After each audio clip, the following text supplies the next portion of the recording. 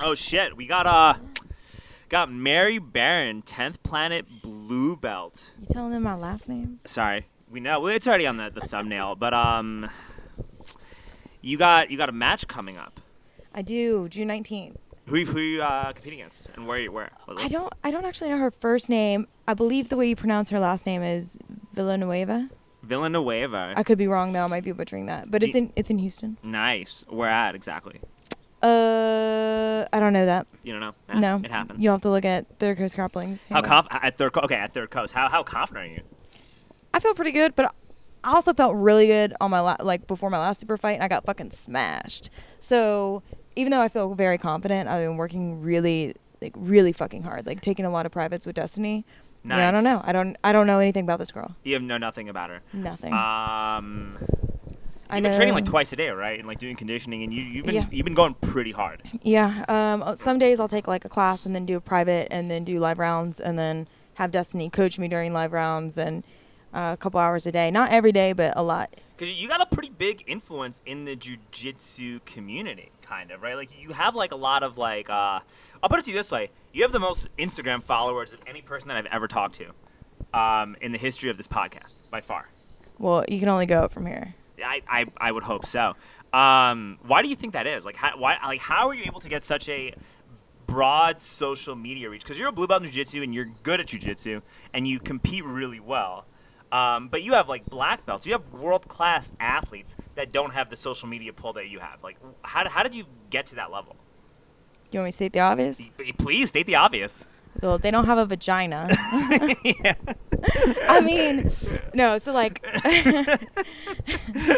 right, let's call it what it is. But no, like, I mean, that is true, right? I'm a girl in a male-dominated sport, right? So, yeah. like, as long as I brush my teeth and, like, shower once a week, guys are going to be like, oh, my God, so it's a girl, right? But that being said, like, there's a lot of girls in this sport that maybe haven't had the, I guess, social influence success that I have yet. But like, I enjoy being behind the camera. I like talking to people. I can see that. Yeah. I feel comfortable in that, like entertaining people. Yes. I like to entertain. Yes. But also, I had a lot of help. That's the main thing. Like the vagina thing, kind of a joke, kind of true. I mean, but it kind of is true though, because like, there is a market like for being in, and I'm saying this like super objectively speaking, as like someone in like a committed like exclusive relationship and whatnot, right? Like, but like you're an extremely hot girl in a male-dominated sport, and that alone will get you gives you a huge leg up from a social media perspective. Yes. Now I will say this to let's say there's other girls in my position, right? Cute girl, keeps up with herself, doing jiu-jitsu. There are a lot of other cute girls I've seen doing jiu-jitsu who have Instagrams who don't, I guess, put the work in with it. Now, that being said, the way mine started was I was just having fun, like, and I still have fun with it. But, like, Priscilla, she had a large following. She was like, hey, you want to get better at jiu-jitsu, start filming yourself, and you're not going to put anything online that isn't good. So it makes you get the reps in. Because I was doing it, like, she'd make us do it, like, 20, 30 times before we could put the video up. Does that make sense? Like, she's like... Yeah, and then all of a sudden now you got really perfect technique because you videotaped yourself. You're flattering me. I definitely don't have perfect technique. But, I mean, you got, like, a lot better. Your technique improved, like, tremendously. Like. Yes. And it definitely helps, like... And it's motivating if you want to put it out there. Like, you want it to look at least decent, right? And you want to represent your team well, things like that. But, like, Priscilla had a large following. She put me up there. I think the first time she put me up there, I mean, I gained multiple thousand of followers overnight because of her. And then from then on, I've had a lot of people, like, share and help me. But for the first, probably until this last year, it wasn't motivated by gaining more followers. I was just doing what I was doing. Now it's turned a little bit more into like business, you know. Well, yeah, because you have like brands that now want to work with you and pay you money to promote their brand. Like, how does that have you made any money off of like your social media presence yet, or what's the? Yes. Do you want more detail than that? Yeah, I would love as much detail as you feel comfortable sharing. Because I guess I don't want to like sound braggy by any No, I means. don't. I'm actually want you on this mainly to learn because I have. You want transparency. Yeah, I want transparency because I'm looking at this to like help my brand grow. Yeah. To be honest, because I have this podcast that I think has a really good content. It really does, y'all. It really does. I have really interesting guests. Really good at getting their stories out. and I do my best to be as transparent about every single side of the equation as possible. And I also have these rap songs that people really enjoy listening to. And, you know, I've ran for political office, and I've done a whole bunch of things that should be giving me a much wider scope of influence than I have. And so, like, a big reason why I want you on this podcast is because I want to learn a little bit from you so I can broaden my influence, right? Yeah, like for that, sure. that's so I want you to share everything. Okay. All right. So with the precedent that I'm not like trying to, you know, be braggy or You're not bragging. You're like teaching me. You're helping me. You're helping your fellow teammate and your friend from 10th Planet build their audience for the greater good of society. I can get on board with that. So is my mic close enough? Okay. I can get on board with that. Charlie. So, all right. So right now I make enough money that covers like my rent and all my utilities and then some. Okay. So that's great. It's not like a ton of money, but that's 2 huge bills, or I guess utilities made up of multiple bills. That's completely covered, right? And I get a lot of my gear for free, right? So that saves me a lot of money. But one big difference between you and me, and we have to just say it, is I'm a girl, right? In this sport, I'm a niche within a niche, right?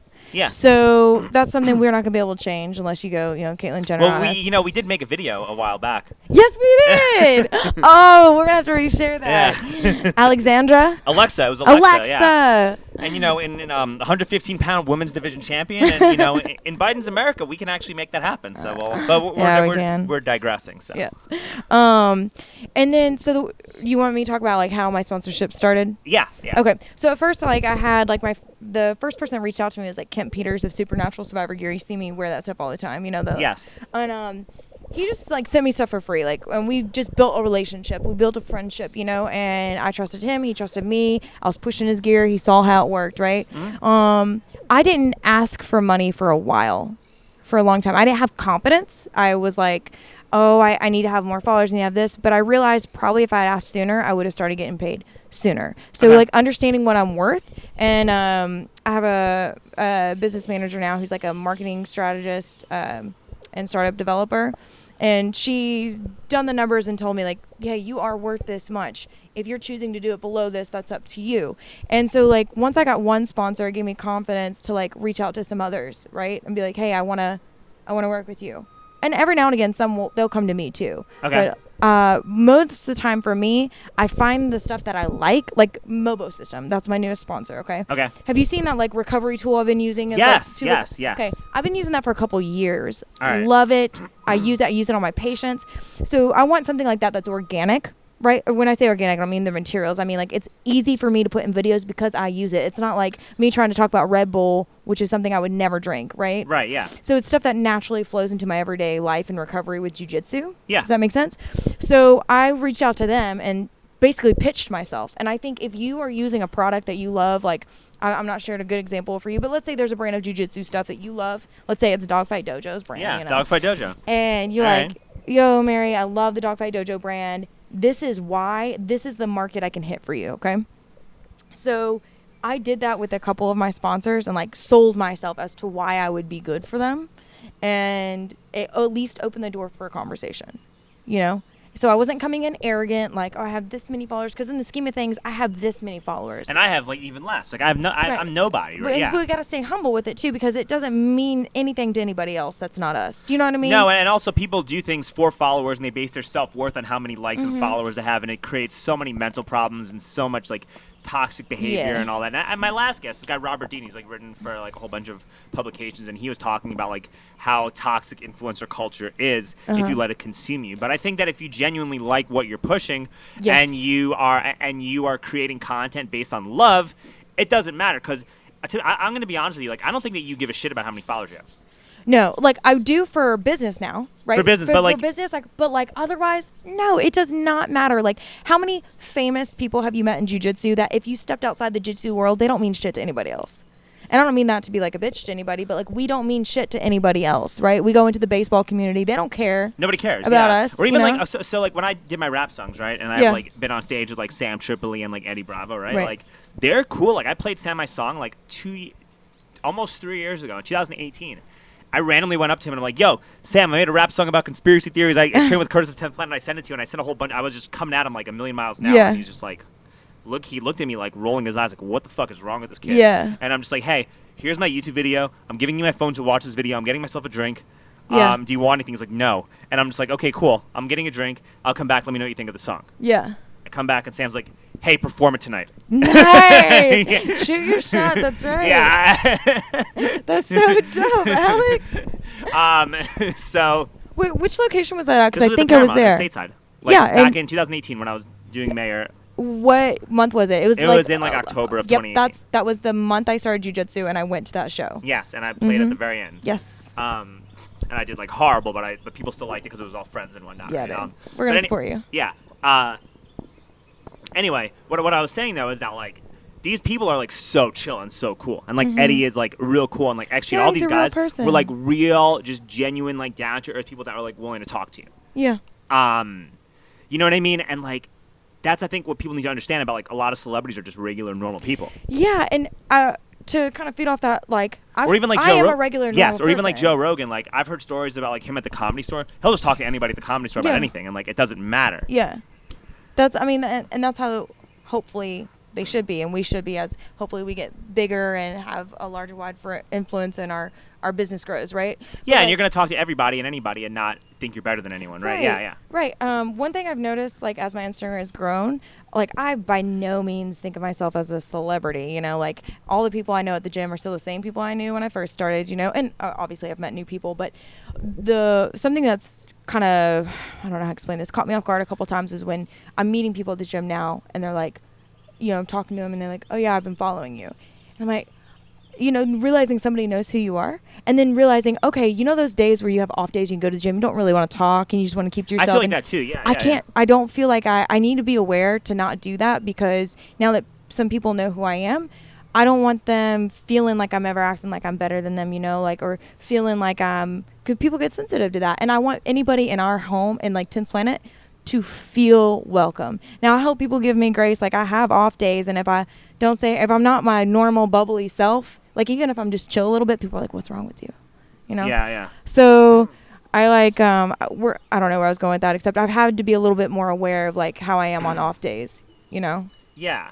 I totally understand that. And even me, like with my podcast and everything I'm doing, I've been a lot more cognizant of like my mental health doing this, right? Like I make sure to take like one day every week or every 2 weeks to like go like an hour outside of Austin, like go fishing and go into nature and not talk to anybody. Yeah. Like I make sure to like consciously do that to make sure like I give my brain like a reset, right? Yeah. Like I always do stuff like that, right? Or like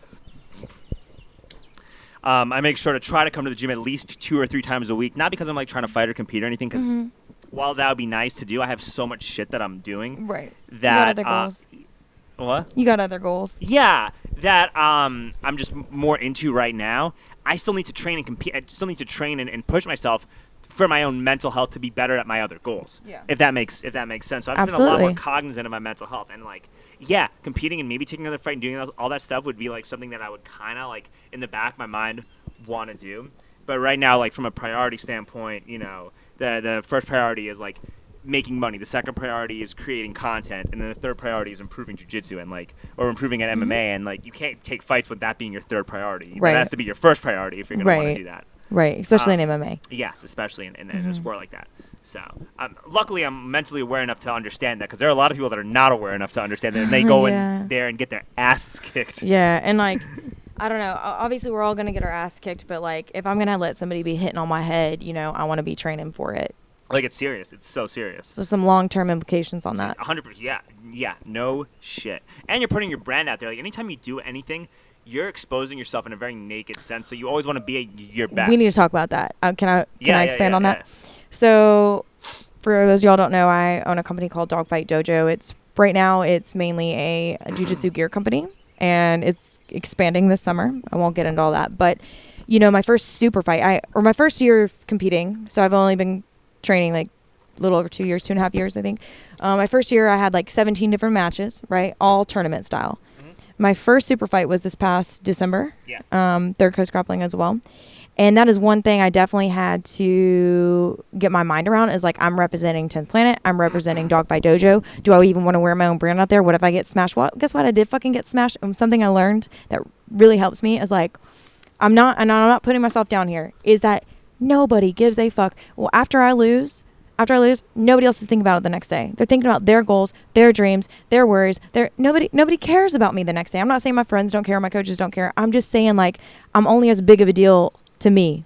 You know, like, does that make sense? Like, totally, yeah. I'm not as big a deal to anybody else as I am to myself, right?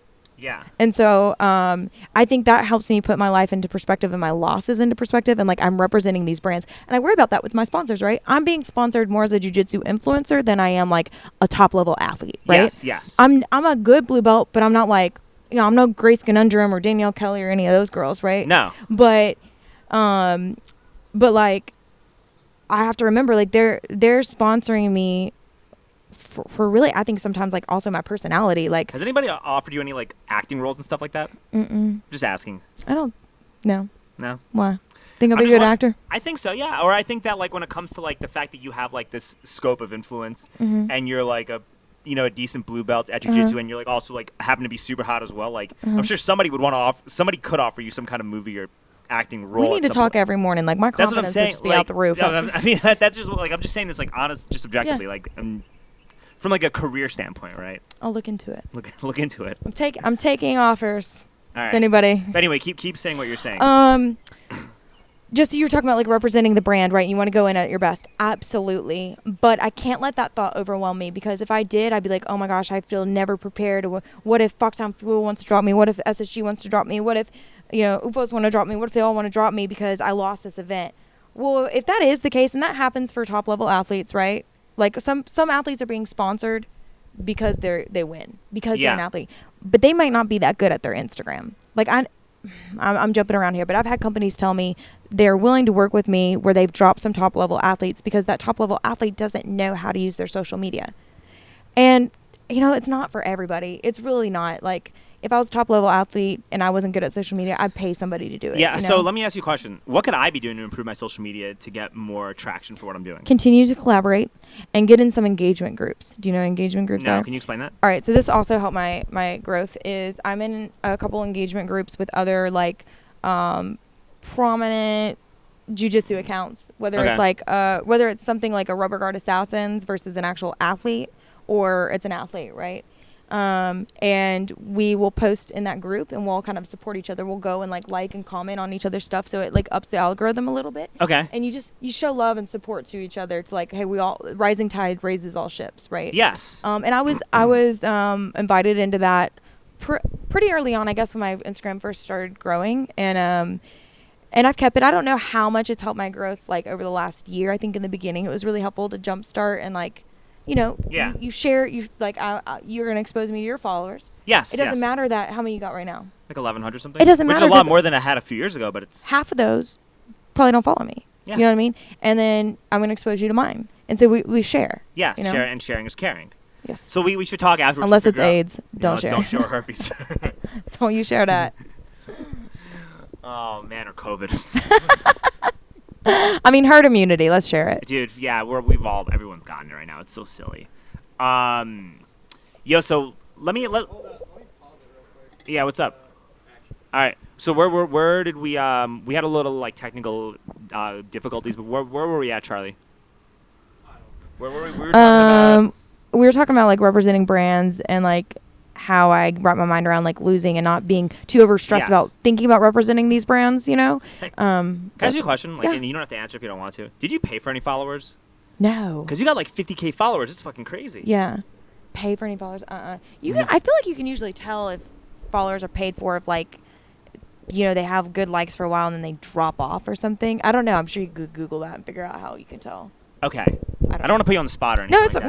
I did not pay for followers. You did not pay for followers? Okay, cool. Because I'm just wondering, because it's like you got a lot of followers in a really short period of time. So I'll tell you, I got a huge bump right after my super fight.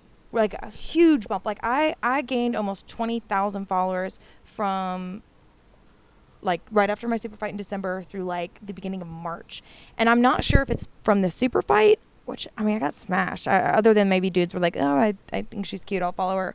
But there were a couple reels. It's when reels first came out. Okay? Or when I first started using Reels. And if you use the new applications on Instagram, you get more followers or more? Yeah, they up your algorithm. Really? Yes, they increase your reach. So I started using Reels, and a couple of them with Destiny got shared like crazy. I'll have to show you the numbers later. And after those two, I'm telling you, I was gaining like at least 100 followers a day.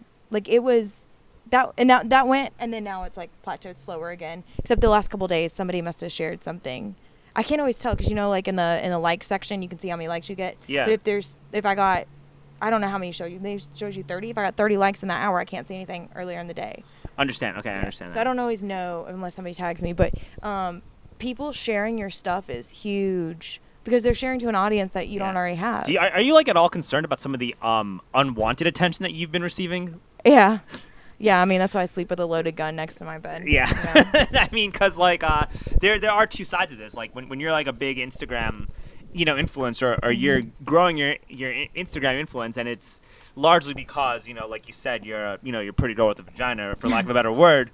And my amazing personality. Yeah, sure, that too. But, like, I'm sure you get a lot of, like, really thirsty, creepy-ass motherfuckers that are messaging you on a constant basis. Like, how do you handle that? A couple different ways. Okay. One, you can ignore it, right? Okay. It goes to your requested messages. I don't know if you have that tab. I don't know if everybody has that tab, but you can get requested messages where I can read your message. So Charlie over there send me some creep messages. I could read it, and they'll never know I read it. It won't mark read until I accept or decline the request. All right. So don't read it. Sometimes, depending on what it is, I'll screenshot it and put it on my story and call them out. Because if it's like real creep or like real precarious, and people will just fucking rag on them, or if they have like a wife.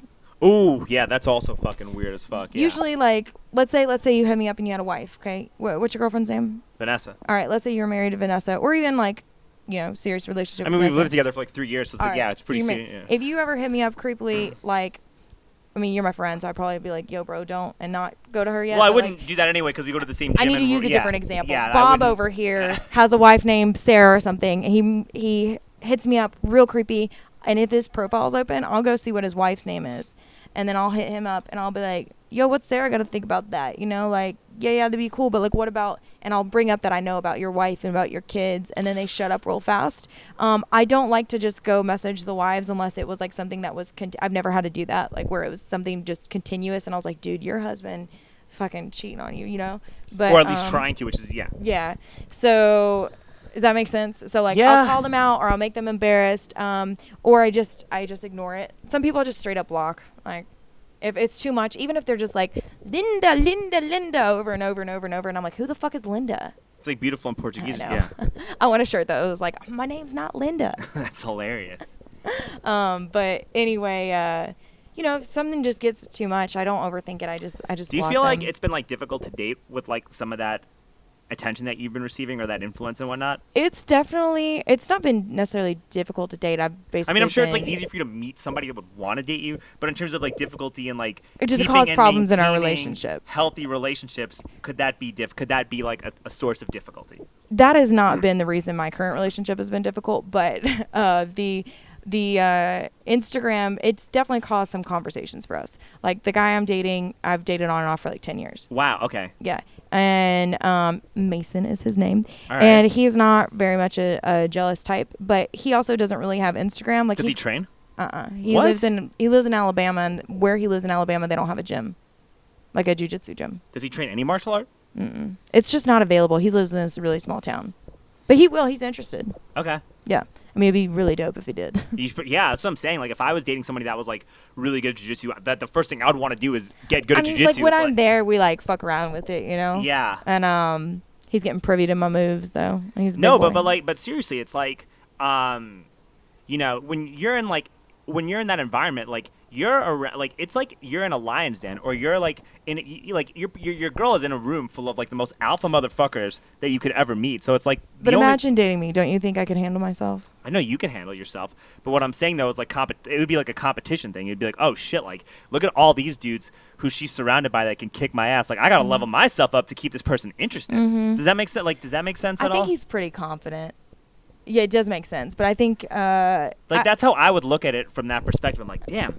Like, look at all this fucking competition. Like, I better level up because look at how much more value these people, look at how much value these people can offer anybody in any relationship. Like, I got to continue offering value to the person I'm with. For like, sure. It's just a way to push yourself. Like, not about being insecure. It's just how I would look at it. Well, if he had the opportunity, like if it was available in Dothan, he would absolutely do it. Okay. And if he ever moves here, I'm sure he'll join in. But he, don't get me wrong, like, we've had, you know, talks about the amount of attention I get online and about some creeps or just about people who try to act like sheep's and wolves clothing. You know what I mean by that? Wolves in sheep's clothing. Yeah. Yeah, there you go. Yeah. Well, wolves in sheep's clothing. You know, and he asks questions because we're long distance, right? Yeah. And so we just have to have open communication. Not that it's never not been rocky. I mean, for sure. But there's something I was going to tell you about that, though. Like, you said, does he get insecure? Or I think that we've been dating so long, and we've both been on I've been on a co-ed team for a long time. Like, I was on co-ed track teams. I was always with boys. Okay, so it's just what it is, right? Like, you already knew what you're getting into before it all started. Like, you already knew the deal. Yeah. And but it is hard on our relationship that he doesn't do jiu-jitsu, because I'm sure he does think that. I'm not 100% sure, but like, I could see him seeing how much I love jiu-jitsu, and he can't share that with me right now, and that is difficult. Yeah. It's definitely difficult. You know, he knows that. If he watches this, he won't be surprised about that, you know. So get in jiu-jitsu, baby. You got to get in jiu-jitsu. But what I was saying when it comes to all this stuff, like, there's got to be some kind of, like, insecure, like, it's got to be difficult, right, to be just, even if you weren't dating this person, right, just to date any regular person with all the attention that you're getting in terms of dealing with, like, the type of jealousy and the insecurity and, like, it's hard. Like, people don't understand, like, when you're like when you're like an extremely attractive person, like, dating is almost harder than when you're not like extremely attractive. You know, I've never really been on that many dates, to be honest. Like, I never got asked out a lot, even when I was single. Like, now that I'm on Instagram, like, I have people online be like, oh, marry me. But like, that stuff's not real. But like, in real life, when I was single, I didn't have people approach me a lot. You know, maybe like out at the bar or stuff, but like in college or any of that, like, never had people. And I don't know if it's because I have like a big personality or what, but I didn't really have people approach me that often. Not as often as I guess people sometimes think. Yeah, I mean, there's also probably like insecurities too, right? I would to make myself feel better, I'd like to think, oh, they, you know, they're intimidated, but like, maybe me. Who knows, right? Yeah. But like, do you ever like? I'm sure you go on Facebook and you spend a lot of time on social media being what you're doing, right? Like, you ever see like those like memes and like some of the stuff that like people in these like social justice feminist like groups post about how it's like so difficult to be like a woman in like our society, and how, you know, how women make like 77% less than guys and all this stuff, right? Like, just from your personal experience, do you think it's like easier or harder to be like a girl versus being a guy right now? And how is it easier? How is it harder? Just from your opinion. I see both ways, and I know that's not a different answer, but I'll tell you why.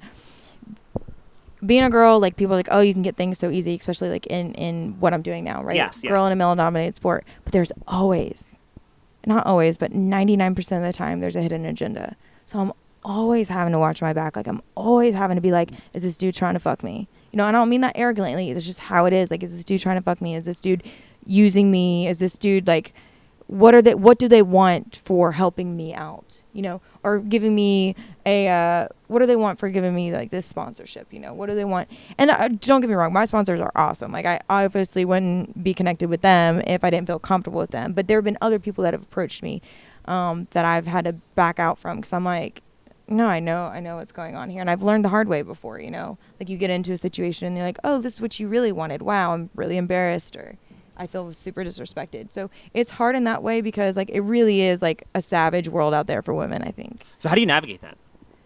You just have to really know your boundaries and have eyes wide open. Don't go in being like, oh, he's such a nice guy, like, they would never do this to me, they said this and this. What people say and what people do are very different. So I just have to be aware and check in with myself. I have like a core group. Like, my business manager is my sister-in-law. Okay, that's smart. And then my brother is like our kind of accountant and stuff, but he also does some other stuff in the company.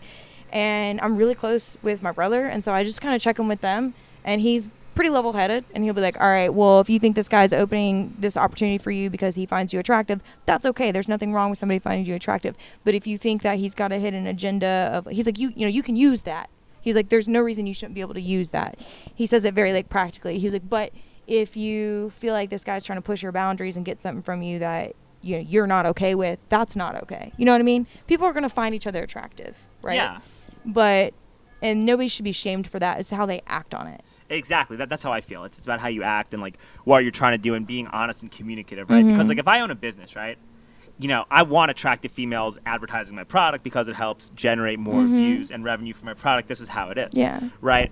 But like for me to try to like offer somebody a sponsorship just to try and sleep with them, it's pretty fucking lame and really creepy and really stupid. And it kind of catfishes them, right? Because then maybe you work on, this has happened to me before, they work on stuff with you, they work on content with you, and then nothing ever comes of it because that wasn't the real reason for them spending time with you anyway.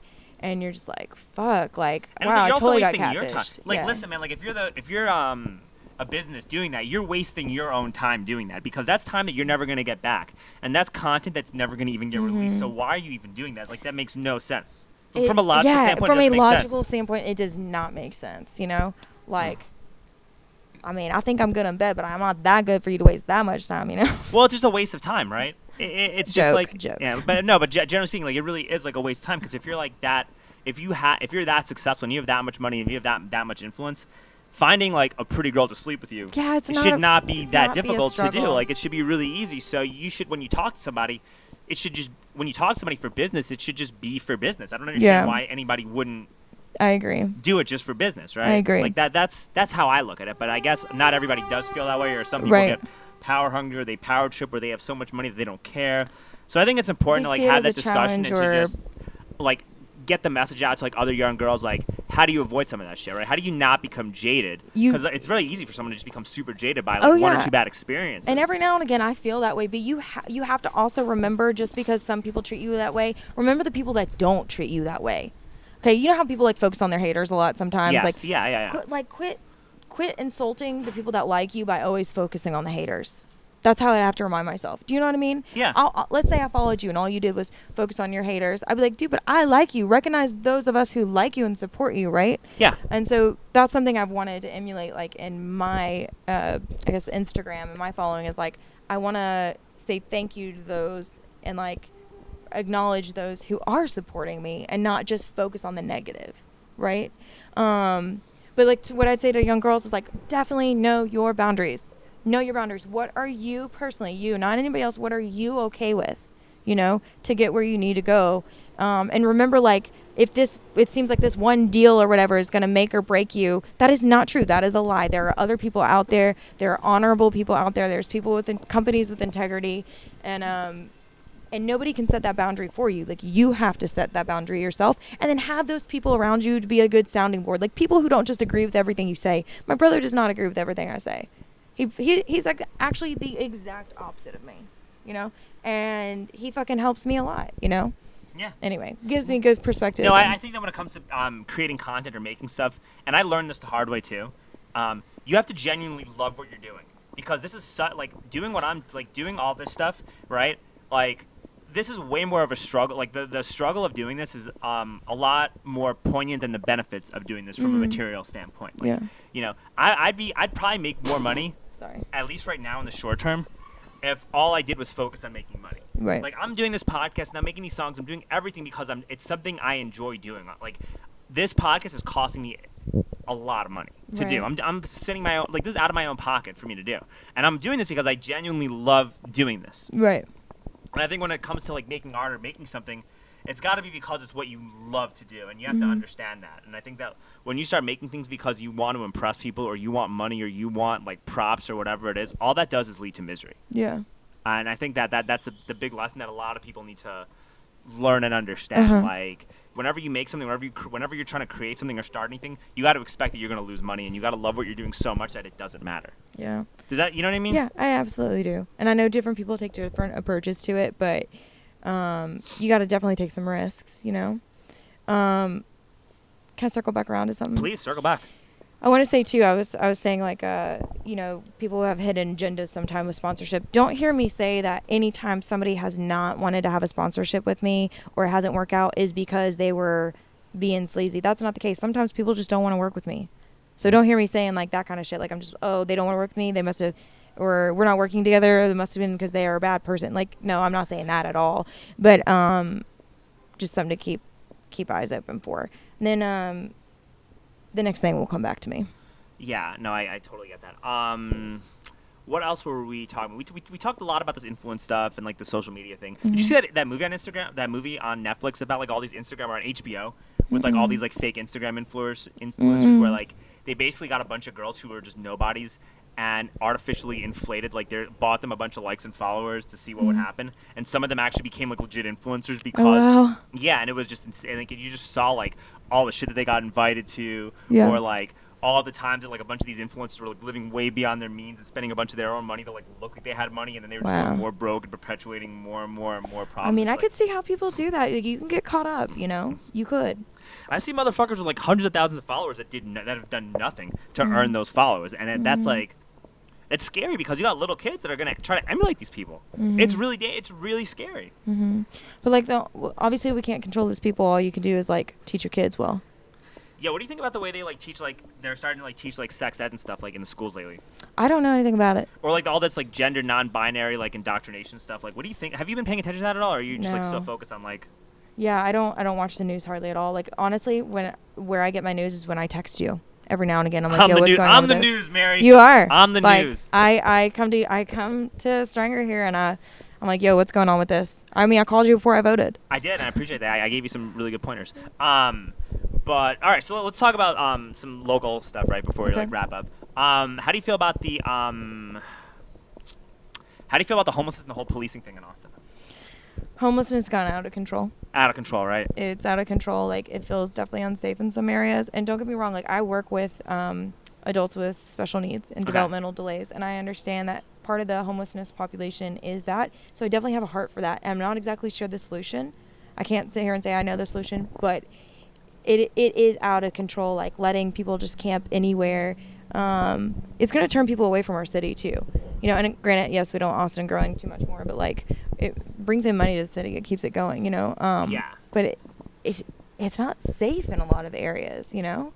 I think that my concern is that a lot of people move to Austin to get away from the place that they were at. And so I think people here are extra sensitive to their new adopted city turning into their old city. And that's why it's like the homelessness is not nearly as bad as New York or Philadelphia or San Francisco or even Los Angeles or anything, or Seattle or Portland, not even close, right? But because people move here from those places, they are so sensitive about it getting to that point that they just freak out when any of this stuff happens. And which I think is a good thing. But I think that's partially it. And I also think that like there's no money going into mental health or mental hospitals or any of that stuff. And there's so many of these people with like mental illness and drug addictions that we don't have enough money put aside to like house people in these hospital-like facilities, because you shouldn't be putting them in jail, but you need like mental hospitals or mental health facilities for a lot of these people that are out there on the streets, because putting them in tents and having them just wander around is really it's not fair to you or me, and it's definitely not fair to them, because those guys get preyed on by other homeless people, you know, or people who are like just got out of jail, or people who just like, you know, are drug dealers or gangbangers. That's just easy to prey on those people. Like it's not right for those people. I mean, that's my take on it. You know, I agree with that. And like I said, I don't know the solution, but I definitely think having money, like you said, going into more mental health facilities, I mean, that have quality, you know, doctors, quality system, will be what's more effective. I went up to, what is this place called? I'm having a brain fart in North Austin, and anybody with like a TBI or mental health issue can go and pay $1 to like be a member, and they have a work order day. They have a meeting in the beginning of the day. Somebody works the PowerPoint, like they say, okay, who's volunteering to work the food stand? Who's volunteering to work in the garage? Who's volunteering to the garden? Who's volunteering to go to the grocery store? And they teach these people about money, and they pay $1 for their food, and they give them good, nutritious meals, safe place to be. Like, gosh, what is that place called? I interned there for a while, a couple of years back, and it was dope. And I'm like, this is how you help the homeless, right? I agree, I think. But I also think that there's a financial incentive for the city and some of these nonprofits to not help them, because if you start getting these people off the streets, there's less of them on the streets. And if less people are on the streets, there's less need for funding. Dude. Do you know what I mean? Anything does that make sense? That's driven back by money like that, where it should be driven by like helping people. Yeah, helping people is just suspect. I know a lot of these organizations get money based on the amount of people that they get off the streets, right? Which is great. but you could also get more homeless off the streets if you increase more homeless. That's not good. Or that's not good either. If you just become a destination city for homelessness, are we going into a conspiracy? Maybe. If you become a destination city for homelessness, more homeless are getting off the street. Yeah, that's but true. it's got to be as a percentage, right? So I'm not sure if they're doing it like that or not. And I think that's something that people got to consider and look into. And also, how do you feel from my girlfriend? She doesn't like going downtown anymore. Which sucks because there's so many nice places that we used to go to dinner and whatnot, right? Because once in a while you have a really good weekend pedicab and you want to treat your girl somewhere nice and be, I want to be one of the people that I pedicab once in a blue moon. Yeah. It's nice to actually be on the other side of these things. Yeah.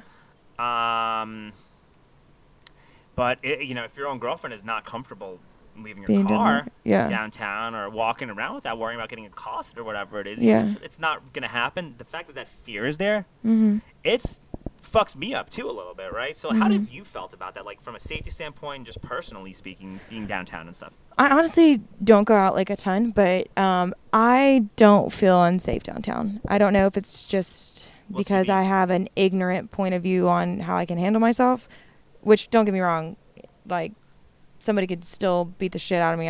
I know Eddie says if I do jiu-jitsu and I have a blue belt, you're 99.99% more prepared than other people. Which is true. But a big ass dude, I mean, even you you could still fuck me up if you're throwing punches, I don't train MMA. I in jiu-jitsu too, so. Yeah, but if you didn't. If I did, okay. Yeah, if you didn't. And so if we're just doing jiu-jitsu, I'm going to fuck you up though. I don't know. Challenge accepted. Done. All right. But so I'm not, I don't know. I don't feel, I park close to, when I go downtown, I go to Rainey, so I park close to Rainey. I just get up there. I don't know. I'm not scared. But you don't feel like any of these people approach you or are that aggressive with you and whatnot, right? Mm-mm. And nobody, I'm usually not going down there by myself. Just in general, it's not because I'm I don't want to go by myself. I just am not going by myself. Last time I went, my boyfriend was in. He's a big dude. I just don't feel like somebody's gonna come at us usually.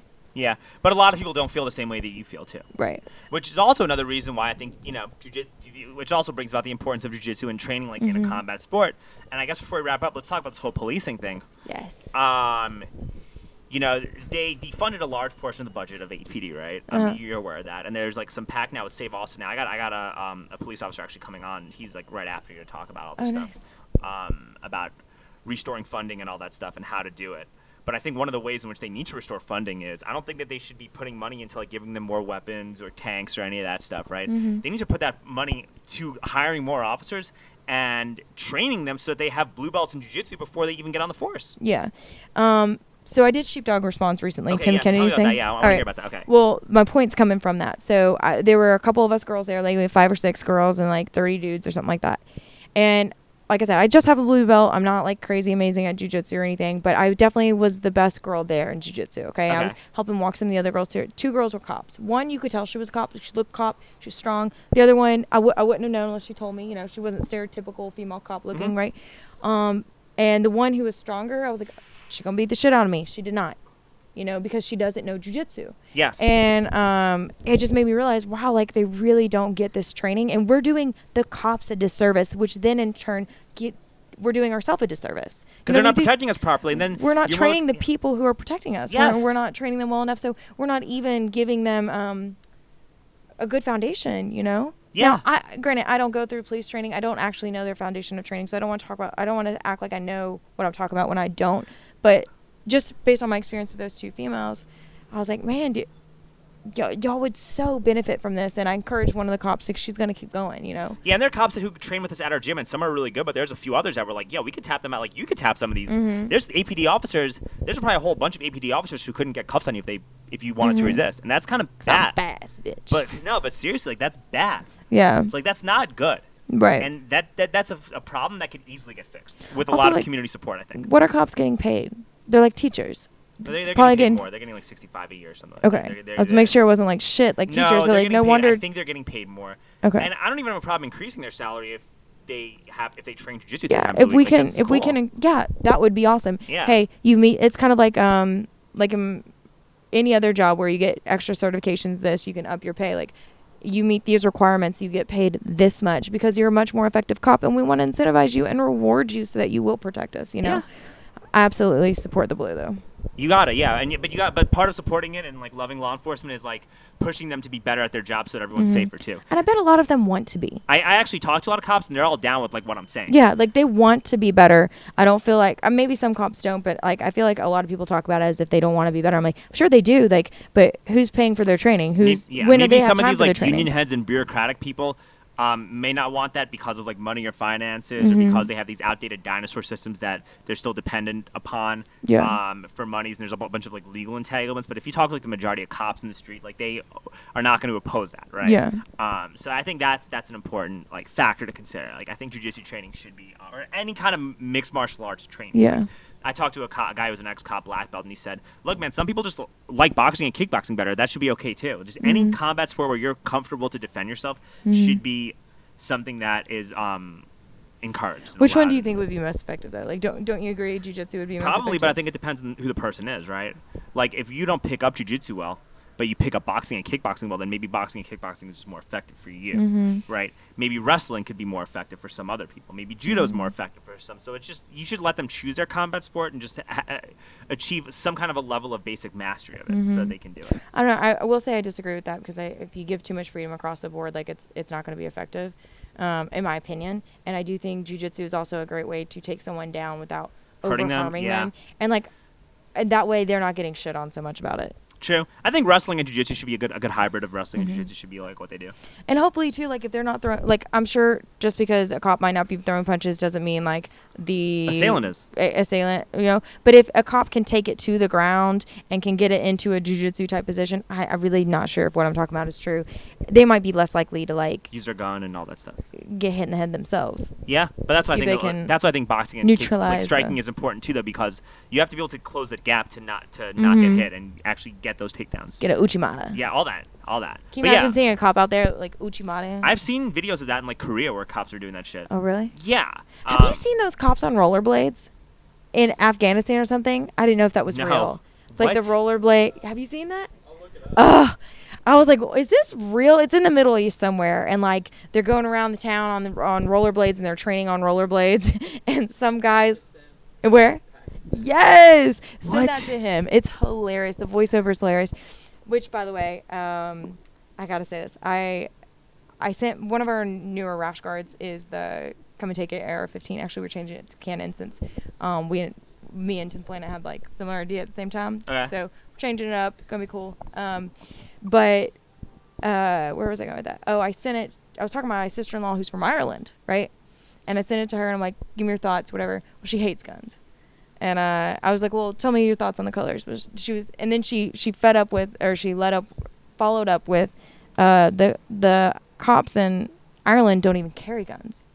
And I was like, oh, a bunch of fucking ninjas, huh? Like, yeah, because Ireland's about the size of Kentucky. Like, it's all the same people. Like, anyway, just crazy to me. Your cops don't have guns?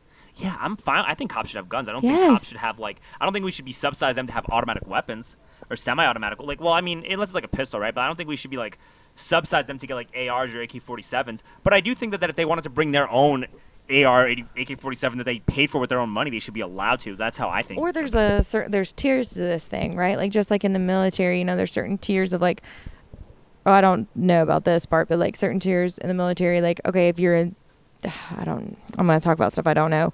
But, like, maybe there are tiers in the, like, if you're this level tier of cop, like, you are the person with the automatic weapon.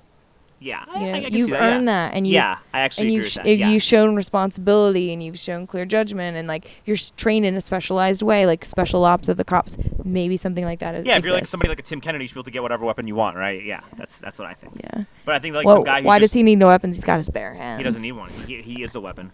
But yeah, but if you're just like some like rookie who just started, yeah, maybe they should chill out in terms of what they give you and whatnot, right? That's what I think. But again, I'm not super well versed in all that, so don't want to act like I know what I'm talking about. Yeah, I'm learning. I'm just trying to ask questions and come up with my ideas to see what would work and what wouldn't work. Yeah. I think that's what this past year has shown us is that you gotta communicate and talk about different ideas and find some kind of creative solutions to whatever's happening, because the solutions that they are putting out right now are horrible, and you gotta find something that's better. On both sides, they're both horrible solutions. Yes, I think you do a great job with that, by the way. Thank you, I appreciate that. So hopefully my audience can grow and we can help figure all that out, because it's not even for me. It's for like. Listen, I think that society as a whole would benefit. And I'm not saying this arrogantly. I really believe this. Like, society as a whole would benefit from exposure to this podcast. Yes, I agree. And I think that it's about helping other people. That's why I'm doing this, right? I'm spending my own money to do this. Like, I'm taking time out of my schedule to do this. Yeah. That's time I could be spent training. That's time I could be spent learning more about you the care stock about it. market, You're passionate investing, about and this. doing Yeah. whatever it is I'm doing. So I want this to reach people because of the time that I'm invested into this. That's my attitude, right? Money is great, and I want it, but that's not why I'm doing this particular project. Right. A side note: have you thought about doing sheepdog response yourself? Yes, actually. We should talk about this afterwards. Yeah, I actually would like to do that at some point. I gotta say one thing about it. What the coolest part of sheepdog response was, like, doing the jiu-jitsu and the stuff with weapons. It's a total game changer. Which you do some MMA, so like throwing fists is a total game changer in jiu-jitsu, but like having to think about keeping the knife out of their hand while you have them in full guard, or I don't want you in my full guard when you got a knife in your hand. Fuck no. It's just a completely. But I don't want to be in somebody's full guard if they have a knife either. Oh yeah, exactly. I'm just saying, like, where normally in jiu-jitsu, I'm down to do full guard or whatever. Did I tell you that I had a guy when I was in, like, I grew up in New York City, right? Like, I had a guy, and this is where I wrap this up. But, like, I had a guy back in like 2012 in October. I had some dude try to rob me on a subway train. Damn. Yeah. And I was like super drunk, or I was like just coming home from like partying all night and stuff like that, right? And I was dressed like super preppy and all that shit, right? And this like ghetto looking black dude who was like, looked like he did like 10 years in prison, was, like, yeah, like the only guys in the subway. And he was like, he's older. He looked like he was like 10, 12 years older than me, maybe like 38, 40 years old. But he looked like a hard motherfucker, like that did some time, Yeah. And he comes up to me and he's like, yo, this is a robbery, motherfucker. And I just immediately, once he grabbed me, the first thing I did was I just punched him in the face and hit him with like a left hook and then a right hand. Because I did Golden Gloves like 9 months prior to that or something like that, right? And so I just started like piecing him up. And then he started like clinching up with me. Because I was like, oh shit, I knew I hurt him because he started to clinch up with me. Why else would he clinch up if these shots weren't hurting him? And so I had him against like the subway door, and I just picked him up and double legged him. Nice. Because I was like, fuck, I hadn't done any jiu-jitsu or grappling in a long time. Yeah, exactly. Like I used the door to take him down. I like level changed. Like the cage. Yeah, exactly. Double legged him on the subway door, and then he was like, he fucking pulled guard. Like he had guard. You know what I mean? He fucking wrapped his legs around me, and I was like, oh, shit. And I was, like, grabbing his wrist while I was, like, on the door because I was, like, thinking to myself, holy shit, this guy could have a knife or a gun. I don't want him reaching for anything. So I was, like, immediately, instinctively, like, grabbed this dude's wrists while this was happening. And, like, I stood up and I tried to hit him. And then instead of, like, trying to, like, pass or stay on top of him, because I didn't know what weapon this guy was having, I was like, no, fuck that. I'm not going to stay on the ground with this kid. Yeah. Especially, this grown man. Especially since I was, like, I'm on a subway cart alone with this person. I don't know what this person has on him or whatever the deal is, right? Yeah. So I got up and hit him again, like comboed him up again right when he stood back up. And then I saw my stop because it was on 225th Street and my stop was 231st. And so I like broke off, hit him one more time and just ran off the subway. Yeah. And then I was like, and then this guy didn't follow me. Yeah. He did not follow me, and he just looked and just shook his head. Yeah. Like nodded. He's like, okay. And then I just like yelled at him. I was like, what, bitch? Fuck around and find out. And I said a whole bunch of shit to him, and then like I just walked off the train like nothing happened, and like my hand hurt a little bit for like a day, but that was it. And I was like, damn. I was pretty like impressed with myself because I did like all the right things. Like, did you get a belt? Huh? Did you get a belt? What do you mean a belt? Get a belt? Not a belt after that. Should've. But yeah, I think like that stuff is important though, to like make sure you're aware of the circumstances around you, because like if I was just thinking like MMA or sport jiu-jitsu, like I wouldn't even thought of like, oh, what if this guy's a weapon? What if this guy is this and that? I think those are important things to think about when you're in that situation. Right? Honestly, like before sheepdog response, I never really thought about that. Like when I've imagined being attacked in my mind, which sounds creepy, but I have. Like I've never thought they're gonna pull a knife on me, And now I'm like, oh shit, they're gonna pull a knife on me, Yeah, but like all these things like were in my mind, and I was like drunk too while this was happening. Yeah. And I was just like, damn, good job. Yeah. But yeah, that's my little story, and it's made me a lot more aware of like things going on, or it's made me like a lot more concerned about like, crime or safety or shit like that happening, because like for me, even giving a pedicab ride, I'm always concerned about like certain things, or that thing that happened to me. It's made me, even when I moved to Austin, I've always been select about who I get in my cab at what time, and if somebody wants to go a certain place, I just refuse to take them, or there's certain locations that I like only Like, I generally speaking will pick up rides on Rainy and West 6th or 4th Street, and only go to Dirty if I have to. Right. And I've just adopted that mentality from just living in New York and not understanding like what could possibly happen and having risk management strategies and all that stuff. Right. So that's my 2 cents on that, you know. Nice. But anyway, I think we talked about everything, right? Like I think something that we should share though before we get done. Share. One of the messages. Can I pull it up on my phone? Yeah, pull that shit up. Just give people a little comedy here. I want to also share some of these with Gary. Send these to Gary too, so we can maybe Okay. post those up, Charlie. Like, in the video of like all the thirsty ass shit that you have to deal with, you know. All right, hold on. We need bonus content. Yeah. All right. This could be bonus content. Okay. Let me go. I sent these all to you. All right. Most recently, gosh, I wish I had screenshot all the ones I've ever gotten because they automatically delete after so many days. There's one I sent you where that guy sent me a list of the kind of woman he wants to marry. Ooh. Did you see that one? Okay, here it is. Hello. I'm going to be straightforward. I'm looking for a wife. This is my list. Is this you? 1. It said wifey qualifications. 1, no drugs. 2, no smoking cigarettes. Check. 3, down with anal sex. Gonna leave that up to mystery. 4, got to like action movies. 5, like dogs. Check. 6, hard worker. 7, excellent problem solving skills. 8, someone I can read the Bible with daily. But likes anal sex. Like during anal sex. Someone that likes to dance. Someone that loves martial arts. If not, I apologize for the intrusion. What a guy. And he even apologized. And then this one, would you be interested in kicking my testicles as hard as possible? Could for $500 an hour, you goddess. I'm like, $500 an hour? Have you thought about, like... Non-stop for an hour? I'm going to need more than that. My leg's going to get tired, you know? I let one of my guy friends, Lynn Sinister, like, video him back. You know Lynn? Yeah. Yeah. Or Lynn, sorry. Lynn Hughes, yeah. I say Lynn Sinister all the time. But Lynn Hughes.